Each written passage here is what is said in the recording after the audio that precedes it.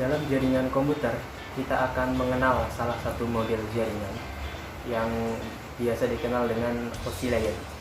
OSI layer ini terbagi menjadi 7 layer atau 7 lapisan, yang mana nantinya ketika kita melakukan transmisi data kita akan mengalir melewati 7 layer tersebut. Apa aja sih layernya? Yang pertama yaitu ada physical layer, yang kedua ada data link layer, yang ketiga ada network layer, yang keempat ada transport layer, yang kelima ada session layer, yang keenam ada presentation layer, yang ketujuh ada application layer.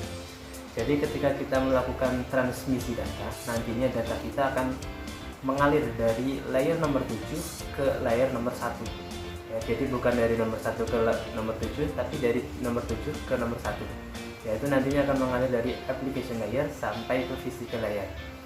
Pada proses transmisi data dari layer ke-7 sampai dengan ke-5 belum terjadi perubahan yang cukup signifikan ya, karena format yang dipakai itu masih menggunakan format data.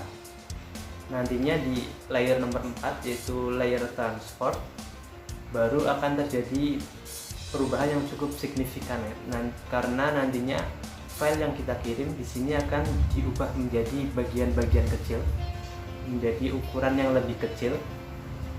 Kenapa diubah menjadi ukuran yang lebih kecil? Karena nantinya ketika kita melakukan transmisi data akan memungkinkan terjadi kerusakan data, apalagi ketika kita mengirimkan file dengan ukuran yang cukup besar. Jadi nanti ketika terjadi kerusakan data, pengirim tidak perlu mengirimkan keseluruhan file yang berukuran besar tersebut, karena sudah terbagi menjadi bagian-bagian kecil. Mungkin pengirim hanya mengirim bagian yang rusak tersebut, dan bagian-bagian kecil ini sudah bukan menjadi format data. Di transfer layer ini sudah menggunakan format segmennya. Jadi dari data sudah diubah menjadi segmen, dan dari segmen layer transfer ini akan diturunkan ke network layer. Dalam network layer ini kita akan mendapatkan informasi tambahan, yaitu salah satu informasi yang penting dalam network layer ini adalah nantinya akan ditambahkan alamat IP baik pengirim maupun penerima. Dan segmen layer transfer ini ketika sudah diturunkan dan ditambahkan informasi berupa IP address, nantinya akan diubah menjadi, namanya bukan segmen lagi tapi menjadi package ya, atau paket ini ya. Paket ini nantinya juga akan diturunkan lagi ke data link untuk diberi informasi tambahan. Informasi salah satu yang lebih penting, yang sangat penting, yaitu dikasih informasi MAC address atau alamat fisik. Dan nantinya dari paket network layer tadi diturunkan ke data link menjadi frames ya. Setelah dari frames data link layer ini akan diturunkan lagi menjadi physical ini nantinya akan mengubah frames tadi menjadi satuan bits ya, yaitu yang mengandung 0101 tersebut.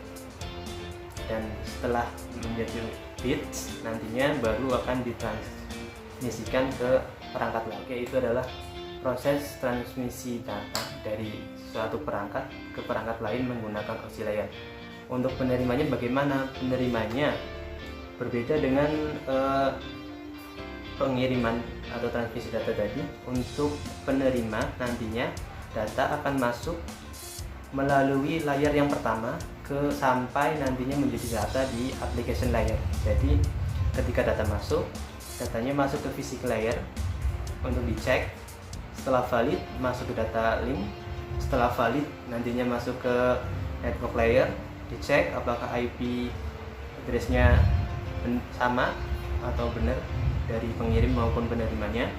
Setelah valid nantinya ke transport layer, diurutkan karena tadi data partikel kecil kan sudah dibagi-bagi dan dikasih nomor urut, nantinya diurutkan di situ supaya menjadi data yang utuh. Nantinya naik ke session, presentation, application, dan menjadi data yang utuh. Berikut penjelasan dari saya tentang OSI layer, semoga bisa dipahami.